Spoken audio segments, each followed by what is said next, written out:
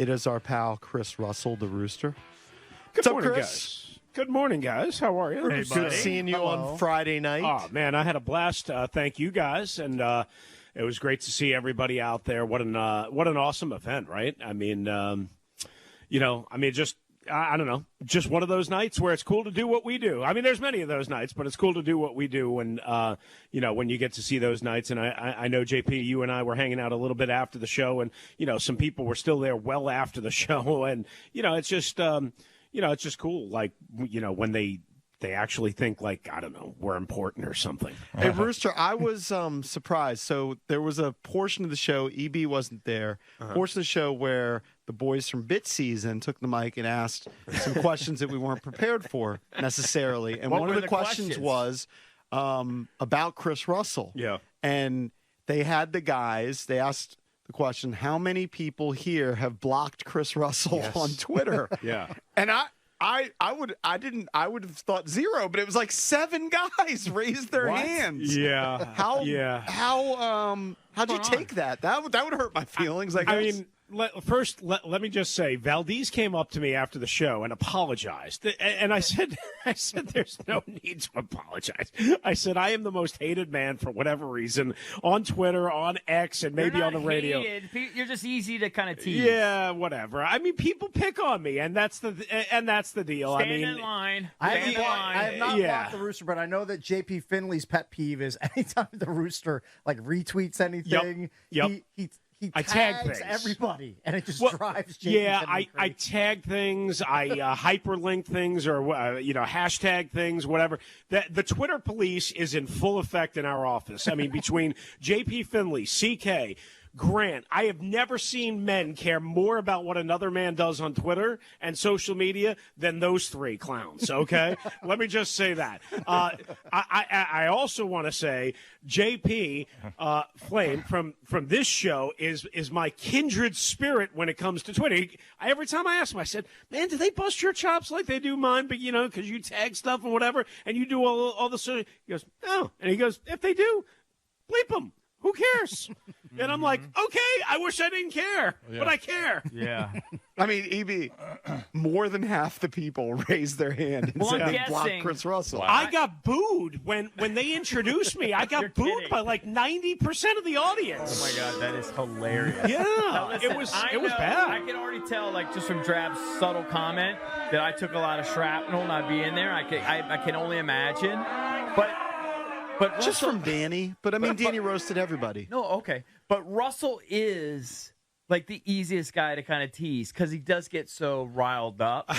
So I can imagine, was the whole night just make fun of Chris Russell night? No. But I think can you explain to us, prior to the gig, you had a Twitter spat. See, he gets in Twitter beefs, and they'll last like all day. Stay away from you got into a Twitter spat with Grant Paulson, correct? Yeah. Well, it's been going on and on because Grant makes no sense, and I make all the sense in the world when it comes to who and what type of head coach they should hire. And I said all along that they should hire a defensive first, experienced head coach. Cakes, I know. I'm sorry. I apologize to you in person last week. I apologize. I'm sorry. But that's who they should hire, and that's exactly who they should hire. And Grant and Cakes thinks completely opposite. They think I'm a dinosaur, that I was born in like 1948. And I turned out to be right, so I had to crow a little bit. Well, you didn't turn out to be right because we don't know how this defensive coach is going to be in the future. Like Dan, right? Like, but like the fact Dan that they Quinn, hired a defensive if Dan Quinn coach, goes 4-13, correct, 3-14, and gets fired, then I'm going to be running exactly, which I don't do very well at this point. But I'm crowing, I guess, and I crowed on stage the other night because I was right about the defensive first head coach. I was right about Dan Quinn. You guys, I don't know if I was on with you the day after the Cowboys game. I was told by a member of the Dallas Cowboys staff that Dan Quinn desperately wanted this job. Now, some people might look at that as a bad thing, that the guy really wanted the job. I mean, it's not like he didn't have a job. He wanted this job. He was thinking about this job even before the regular season ended. This is the job he wanted. And even before Adam Peters got hired. So I reported that day, the next morning when they reached out to him like an hour after axing Ronald Eugene. And I mean, he was one of their top candidates. He was near the top of their list. I said something wrong the other night. J.P. Finley took a little umbrage. He wasn't at the top of their list. He was near the top of their list. I don't know exactly where, but I know he was high on their list. And right from the get-go, every indication that they made internally, publicly, what have you, was that Dan Quinn was a guy they wanted. And he got the job. Now, you could argue how he got the job, but he got the job. I think he's going to do a great job. I think so, too. I predicted year 3 they'll make the playoffs. Let's see what quarterback they draft. I like the fact that they went out and got, a pretty good a guy with a good reputation at offensive coordinator. Yep. I don't For know. the record, you liked Ron Rivera and probably said the same thing about him. And I was wrong on that. But I think this is going to turn out better. I don't know anything about Joe Witt Jr., but he's got a good reputation as well. And I'm just going to trust. I'm just going to trust that Dan Quinn and Adam Peters are making. They're making the right decisions. Yeah, I mean, Joe's been, the new defensive coordinator, Joe Witt Jr., has been with, Dan Quinn 1 year in Atlanta. The last, 3 years in Dallas as the secondary coach, and pass game coordinator, I think was his official title. And now, obviously, to Washington as a priority hire. As far as Cliff Kingsbury, guys, when I got a tip on that right before it exploded on Saturday afternoon, I was like, I had to do kind of a double take because we had heard Chip Kelly.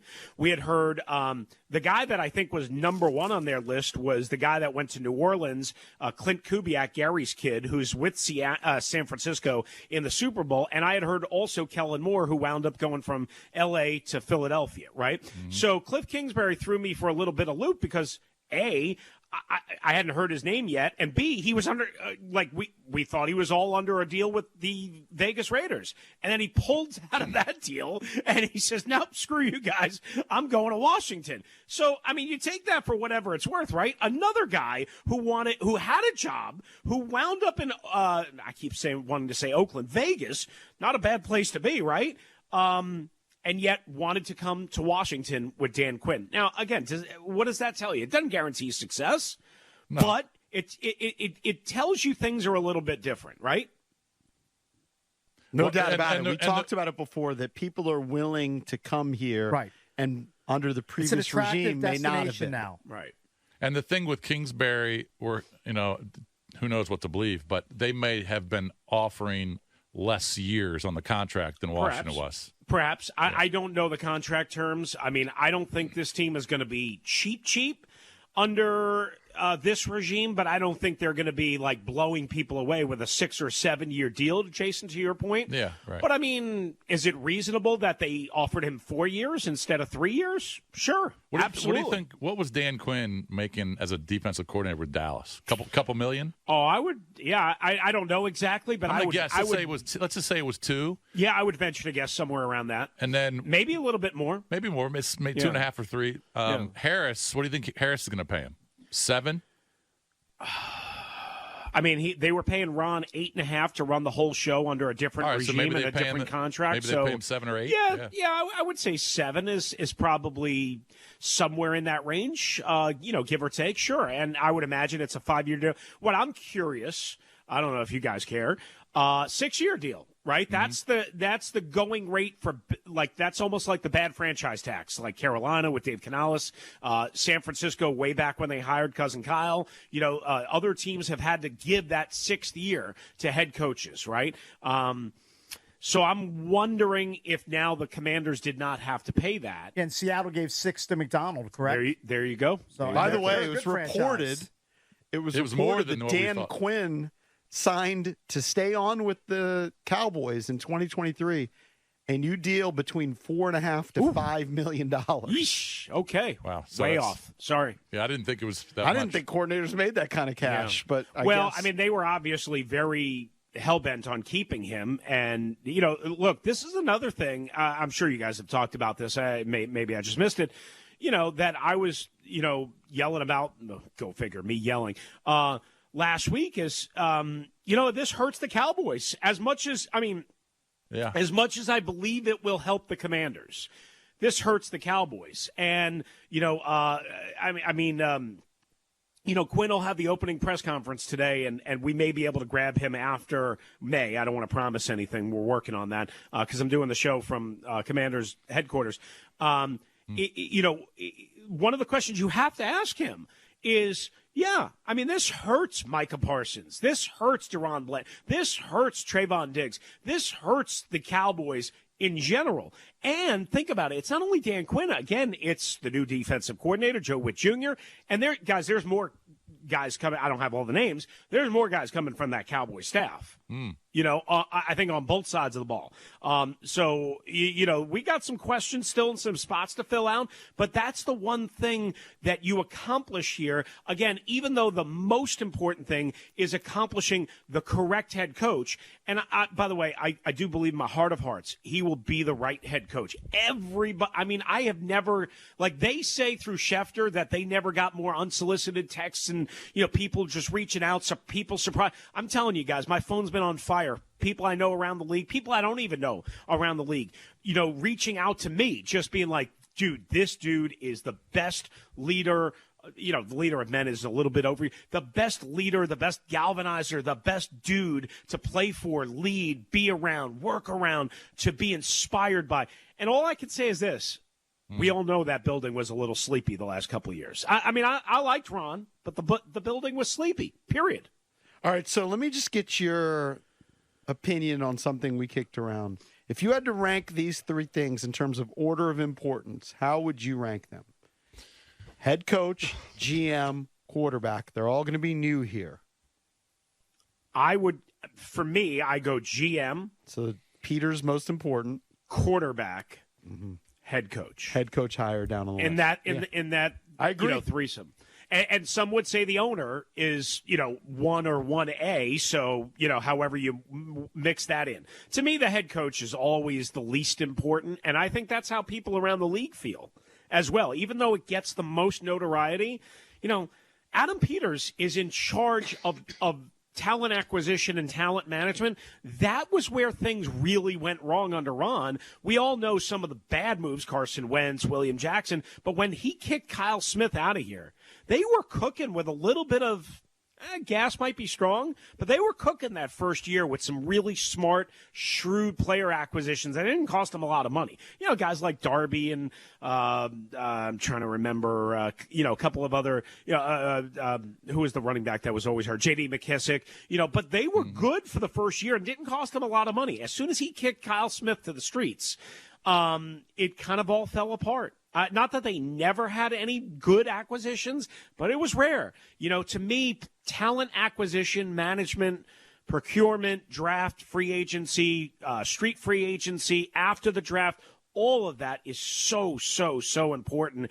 And it's been what this team has been missing, not only beyond Ron, but forever. Forever. I would agree that in that order that coach is probably third, but coaching staff that's fair. is almost more important than your quarterback because the coaching staff impacts how good your quarterback's going to be. No, that's fair. Do you guys like Kingsbury? I didn't get to hear the early part of the show. Okay. I do too. I mean, he runs the ball a lot, so I'm going to be happy about that. No, but he listen, he'll drive you crazy with this air raid spread out, 4 wide receivers, 5 wide receivers from the shotgun stuff constantly. Why do you hate that? I know you hate that. I didn't say you hate it. I said he'll drive you crazy because it doesn't always work. Now, the thing you hope for is that he doesn't have to deal with baby Kyler, which he did in Arizona. That was the thing that drove him out of Arizona and led to failure, was dealing with Kyler Murray and all of his things. Let's just put it that way, right? Because Cliff Kingsbury was very much at odds behind the scenes with Kyler Murray. Yes. So you hope that if Caleb Williams is the play via trade, I assume, you hope that they know, that they're not getting the guy who's painting his nails and saying, bleep Dallas on his fingernails. I mean, you hope that's not what they're getting here. You hope that they're getting a solid dude. Kyler Murray would show up late to meetings all the time. Yeah. And Kingsbury what could he do? You could find the guy. There was a lot of things that Kyler Murray was doing and not doing. Yes. Rooster, we got to run. Great seeing you Friday night. All right, appreciate you. Appreciate the insight.